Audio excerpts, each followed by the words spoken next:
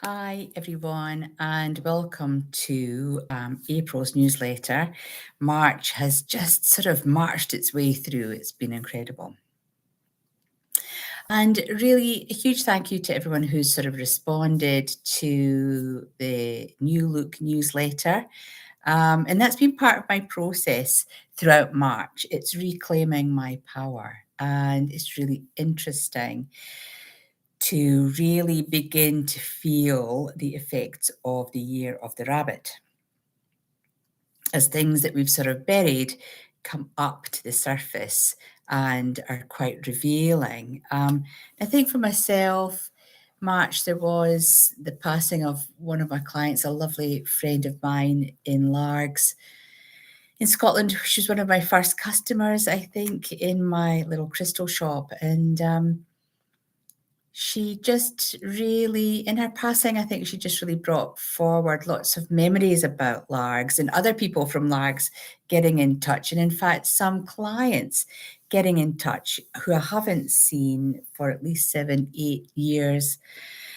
So it's been a real month of all of that energy that's been buried for all that time coming up to the surface and reconnecting with people and just the sheer joy of hearing their voices and working with them and just the sheer joy of remembering Linda, who she was as a person and her personal struggles and who she became as a person through those personal struggles, and her lovely daughter.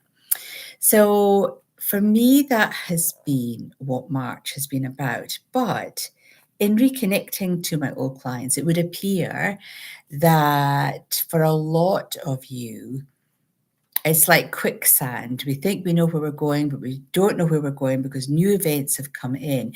And for some of you out there, it's just been one pressurized situation after another, after another, after another.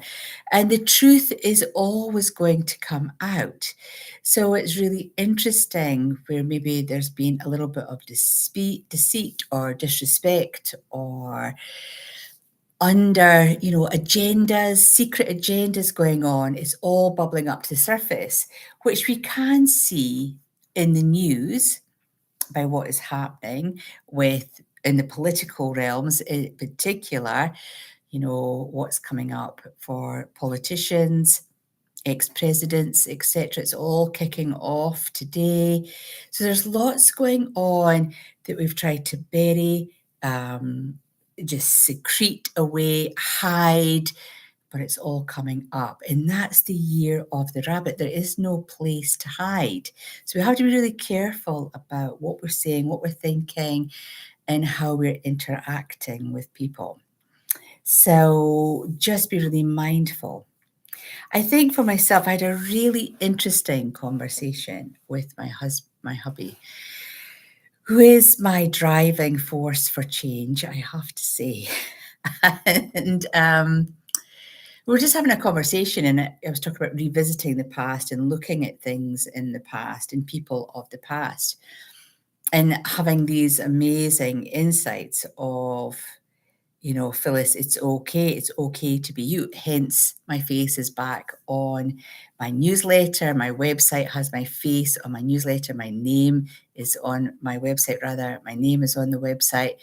And it's like I've come out of this period of isolation, hibernation, if you will, just recalibration and doing lots of things differently in the background, which hopefully will have a more positive effect on the foreground. And Michael's words of wisdom were quite simply that, Phyllis, you let a seed in and it grows into a tree. And I've watched you over the last 4 years allow this tree to grow and grow and grow and occupy your mind. But now you've chopped it down. That's it. It's gone. So you can move on. You're out of the shade and you're into the sunshine. And I thought that was a really profound thing for him to say. And he does come away with the most amazing, amazing words of wisdom that do make me stop and make me think. With Easter coming, it's Easter bunny time. So the rabbit is everywhere. It's everywhere. It's everywhere we look. So, what will Easter be about? It's frantic energy, it's playfulness, it's joy, it's happiness, it's chocolate bunnies. Their bunnies are everywhere. But be mindful as well of what's coming up through the surface for us to look at and to really delve into. And I think it's a time for you on a personal level to really come to terms with some of your issues in the past. If memories keep floating up, be they good, bad, or indifferent, I have great memories of Linda um, back in Largs and just her energy and just that wonderful smile that she had, and she'll still have on some level. So it's not all about tragic, past, negative, hard issues. There will be those lovely memories, as much as it's sad to see her passing, a lovely young woman. But, thinking about the past, how are you going to move into your future? I think for myself, being really comfortable in who I am as a person, being really comfortable and feeling safe to be me as a person has taken me a long time to get back to that point. But from the reaction of everyone that has responded to my little mini newsletter that I put out in the middle of March, it's been phenomenal. And it's been quite a blessing, really, to hear people. So it's great to see you back. It's lovely to see you back. Oh, she's back. So that's been a really inspiring and inspirational process that I've come through. I know for some of you, you might go, "Oh my goodness, Phyllis, you're always healing. There's always something that you're doing." And I think for me, March itself has been a huge month. It's been a huge month with the starting a Reiki master teacher on her journey, Reiki attunements, attending her first Reiki attunement at the weekend. And Reiki is all about change. It's all about life and how we process life and how we connect to life and the different levels of Reiki attunement help us connect on different ways.